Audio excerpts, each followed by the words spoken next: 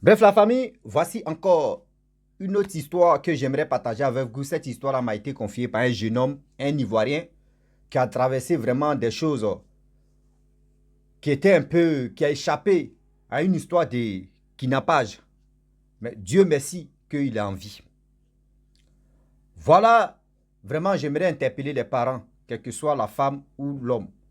Écoutez très bien cette histoire. Je pense que ça peut encore vous aider à s'améliorer dans votre éducation de vos enfants. Il y a ma coiffure. Yeah. Ma nouvelle coiffure, le gars aussi, là, il a mis Yomo, on dirait quelqu'un qui est, un dirait ici vieux. Ah non, Seigneur aussi, quand il mettait l'André, toi tu dormais. Hein. Il y a Yomo même en train de, Dieu merci que c'est des insectes, sinon ça allait couler comme ça, imaginez-vous. Si on était dans chaleur, ça allait couler comme ça, et puis il allait prendre comme... Eh Seigneur, Rossi, toi-même, tu te moques de toi-même, et puis on avance encore. J'adore ça quand il me moque, moi-même. Donc, voilà l'histoire de ce jeune homme. Il dit quand il était petit, franchement, il était brillant à l'école. Son maître de maison était tellement calme. Son maître de maison, il aime les enfants. C'est-à-dire, maître de maison était tellement calme, il enseignait bien les enfants. Il dit, il ne peut pas gâter le nom de son maître de maison. Mais c'est les parents qui posaient un peu des problèmes. Il dit ses parents étaient vraiment sévères. Vous savez, de nos jours, quand nous on partait à l'école, même actuellement, nos enfants même traversent ça. L'enfant peut aller à l'école et puis il peut perdre son ardoise, il peut perdre le stylo, il peut perdre quelque chose qu'à table, il peut perdre quelque chose même vraiment pour lui-même. Ou soit même, vous-même vous savez très bien, à l'école, là, nous tous on dit on va vers l'école.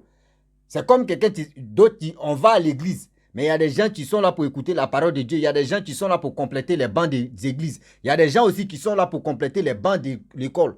Donc, ceux qui viennent compléter les bancs de l'école, on peut les examiner. Il y a des voleurs qui sont dedans, qui veulent vraiment nuire, carrière, vraiment les études des autres personnes. Ils sont là pour en train de voler les cahiers, les livres, même les ardoises, même les bics, même les craies. Eux, ils sont là seulement spécialement. C'est là dont il est là. C'est gay. Donc, du coup, à chaque fois quand il perd quelque chose, sa maman vraiment crie sur lui. Souvent même lui, on le frappe. Mais avec tous ses stress, avec tous ses paniques, mais il était brillant à l'école. Hein.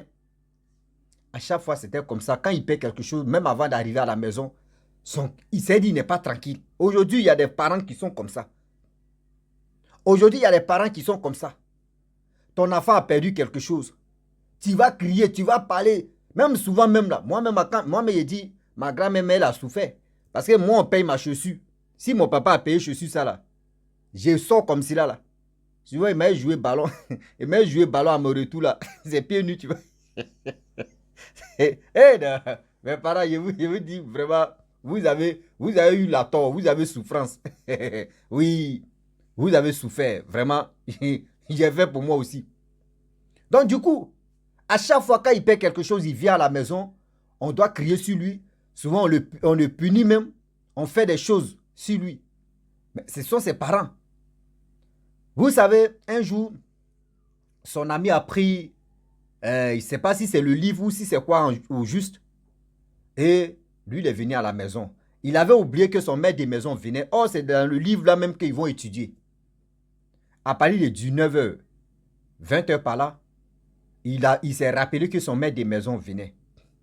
Donc, quand son maître de maison est venu, d'abord, bien avant que ça va arriver là, un jour, son maître de maison est venu, il a fait perdre quelque chose. Son maître de maison l'a giflé. Il dit, pourquoi toi comme ça? Et puis, tu es comme ça. Maintenant, il est entre 11, 12, 13 ans comme ça. Tu es en train de grandir et puis c'est toi qui fais perdre les choses. Mais si tu trouves ça normal. Oh, il dit, c'était sa première fois de voir son maître de maison est fâché. Oh, son maître de maison, il était douce. Il dit, mais il ne sait même pas qu'est-ce qu'il a pris. Et puis, son maître de maison l'a tapé. Il ne comprenait pas. Vous savez, les parents, même maître de maison, lui, il vient étudier. C'est-à-dire, il vient enseigner vos enfants. Mais devant le maître de maison, devant un étranger, si tu as l'habitude de frapper ton enfant, vous donnez la serre à l'étranger, mais de dire, vous pouvez aussi frapper nous, notre enfant. Si devant vos enfants, c'est-à-dire devant les étrangers, quand vous insultez votre enfant, vous donnez la serre à ces étrangers-là d'insulter vous-même vos propres enfants. Est-ce que vous comprenez? Devant un étranger, devant une étrangère, arrêtez mais d'insulter vos enfants, arrêtez mais de taper vos enfants. Voilà comment les choses vont se passer. Son maître de maison l'a giflé. Tapé ou giflé un truc comme ça. Devant ses parents. Et là, ils ont étudié. Les jours passent. Son ami d'école, de classe, il a pris son livre, il est parti à ça. Et c'est le jour-là, son maître de maison venait étudier avec lui. À partir de 19h20, il s'est rappelé que son maître de maison vient. Il s'est levé là, lui seul. Oh, quitte chez eux. Tu vas aller chez son ami, c'est très loin. On doit passer dans le petit marché. Parce qu'il y avait un petit marché dans le quartier. Tu dois traverser. C'est-à-dire tu dois passer au milieu des marchés là pour aller dans la maison de son ami. Et du coup, regardez, un enfant de 11 à 12 à 13 ans, lui, il est en train de marcher à partir de 20 heures ou comme il ne sait pas à quelle heure là. Et il y a un monsieur qui était au marché, qui dit, tu pars où? Il dit non, que j'ai perdu et mon ami a pris mon cahier, donc je m'en vais chercher ça. Il dit, hey, toi, ce tu t'en cherché à cette heure là? Il dit oui. Il dit, bon d'accord, allons-y, je vais t'accompagner. Et le monsieur allait l'accompagner chez son ami, il a récupéré le livre. À son retour, c'est-à-dire l'inconnu l'a accompagné encore. Et l'inconnu a dit non, que mon petit, faut plus tu vas faire ça encore. L'acte que tu as posé là, ce stade là, ça peut te coûter la vie. Parce que ici là, moi là, surtout même la nuit comme cela là, il y a des choses qui se passent ici au marché. Tantôt on viole les filles, on mougoue les filles. Tantôt encore, on agresse les gens. Tantôt encore, on kidnappe les enfants ici. Moi-même, je suis dans le domaine. Mais je te dis, il ne faut plus que tu vas faire ça encore. Sinon, si tu répètes ça, il te voit, je te prends. Le jeune homme, le petit dit, le jeune homme aujourd'hui, il est devenu monsieur, il est devenu jeune homme. Il dit, il était glacé comme ça. Le monsieur lui a dit non, que lui-même, c'est sa spécialité de prendre, de kidnapper les enfants. Mais il dit à ce petit-là, il ne faut plus que tu vas faire ça encore. Même si ton ami te doit quelque chose, même s'il fait ceci, s'il fait cela, il faut attendre demain matin et puis tu vas aller chercher. Ne pars pas la nuit. Tu as compris? Il dit oui, tonton. Tu as compris? Oui, tonton. Et il est rentré chez lui à la maison. Lorsqu'il rentre, voyez ses parents, tu lui dis, tu es quitté où? Il dit non, qu'il y a mon ami qui a pris mon cahier, donc je suis allé, mon livre, je suis allé chercher ça. Voici sa maman, tu dis, mais tu ne peux pas attendre demain. Demain, si tu attendais demain, on pourrait t'accompagner à cette heure-là. Pourquoi tu peux sortir? Mais ce n'est pas de sa faute, c'est parce que la pression. Et aussi, je peux dire, le feu qui est à la maison là-bas. Demain, vous le frappez, vous l'insultez. C'est ça qui a fait que le petit a eu peur et puis il est parti lui seul. Il est parti lui seul à partir de 21h à 20h ou du 9h par là. Il a risqué sa vie. Aujourd'hui, il y a plein de gens qui font ça comme ça, les enfants. Parce que vous mettez stress sur l'enfant, vous bastonnez vos enfants, vous humiliez vos enfants, c'est-à-dire les propos négatifs, mais vous prononcez ça sur vos enfants. Souvent où l'enfant ne voulait pas partir, où l'enfant ne voulait pas faire ceci, l'enfant est obligé de dire, si il ne fait pas ça, ils vont me frapper. C'est mieux en même temps que je vais aller le faire. Arrêtez ça. Les parents, arrêtez ça. Arrêtez ça. Arrêtez de dire non que oui, si tu n'as pas retrouvé ça, là, à quoi de quoi? Stylo. Souvent, mes stylos, c'est 100 francs. Souvent, même, la chose même que tu cries si ça là. L'enfant, un enfant, tu es là. Crier là, ça ne va jamais changer dans sa vie. C'est-à-dire que si tu cries, si tu as l'habitude de crier sur lui là, un jour, il va accepter que non, quand il va faire ça, ils vont crier sur moi. L'enfant là, tu dialogues avec l'enfant. Tu parles sagement avec ton enfant. Si tu vois que ton enfant est en train de faire des choses, tu l'appelles, viens. Ou à la maison, tu l'attends à la maison et puis tu lui fais comprendre que l'acte que tu as posé, l'acte que tu as fait ceci, c'est pas bien. C'est pas bien.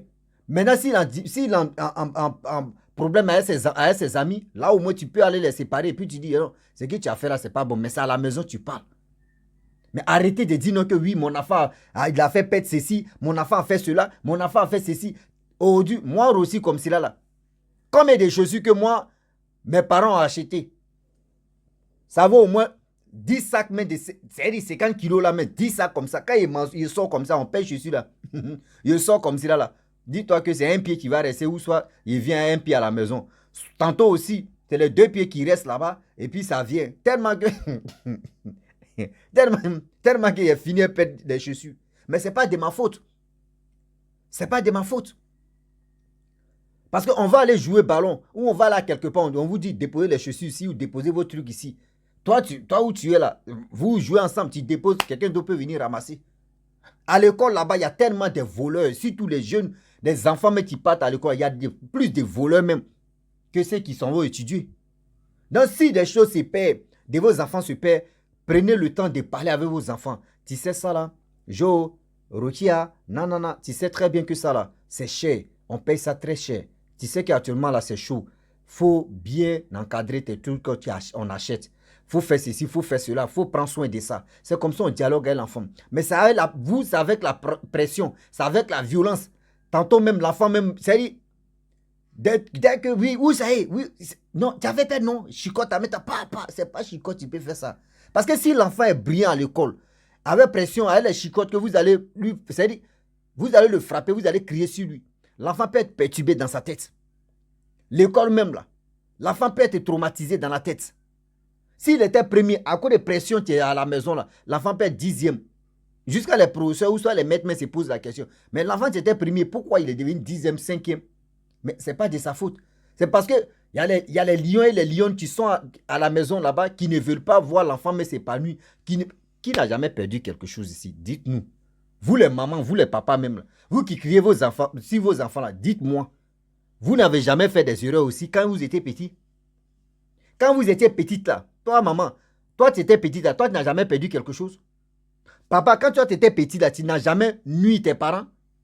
Mais arrêtez ça quand même. Arrêtez ça quand même. Arrêtez ça quand même. Vous mettez stress sur vos enfants. Souvent, mais les enfants sont chez leurs parents. Hein. Les enfants sont chez eux-mêmes dès qu'ils sont à l'étranger. L'enfant me voit son père venir quitter au travail quand l'enfant trempe comme ça. L'enfant rentre. C'est quoi ça? C'est quoi? Quand un père quitte au travail comme ça, c'est l'enfant, mais tu dois faire un tout collage. Oui, papa, oui, tu es bien arrivé. Mais aujourd'hui, là, il y a d'autres parents, là, dès que il quitte au travail, il vient où, sans marcher, même à son retour, il vient comme ça, là. Maison devient, c'est là. Même mouche, même pas le monde, on attend bruit de mouche. Vous pensez, c'est ça qu'on appelle l'éducation. Papa, là, est sévère, hein. Maman, là, est sévère, hein. Elle est ceci, hein. Il est celui-là, hein. Ceux-là même, là, quoi. C'est des conneries. C'est des conneries. Sévère, être sévère, non sévère. Moi, je préfère non sévère. Parlez beaucoup avec vos enfants. Nous tous, on a passé par des choses. Nous tous, on a passé par des choses. Si toi, tu es né dans cette famille où les gars mettaient pression sur toi, tu as fait perdre des choses. Mon frère, ouvre ton cerveau aussi. Pour dire non que oui, ton enfant là. Tu dois pas vraiment, tu dois parler sur lui, mais pas pour dire non que oui. Tu vas prendre chicote tout le temps, chicote. Non, il y a des punitions là, ça dépasse chicote. Il y a des punitions là, ça dépasse vraiment chicote. D'autres, mais aujourd'hui, quand punition commence comme ça, la personne me dit non que, non, moi-même là, c'est-à-dire, il préfère frapper que punition. Moi, mon père a fini la punition même. Souvent, il dit, là, quand il fait des trucs, quand il est puni, il dit, papa, pardon, il préfère que tu me frappes. Il dit, non, il ne va pas te frapper. Que moi, mais t'es puni. Punition, souvent, tu es là, quoi. Il dit, si il m'avait frappé, la douleur, là, ça va passer. Et puis, à nous aller pour la... Mais punition, tu ne sais pas à quel moment ça va finir. Punition, tu ne sais même pas à quel moment ça va finir.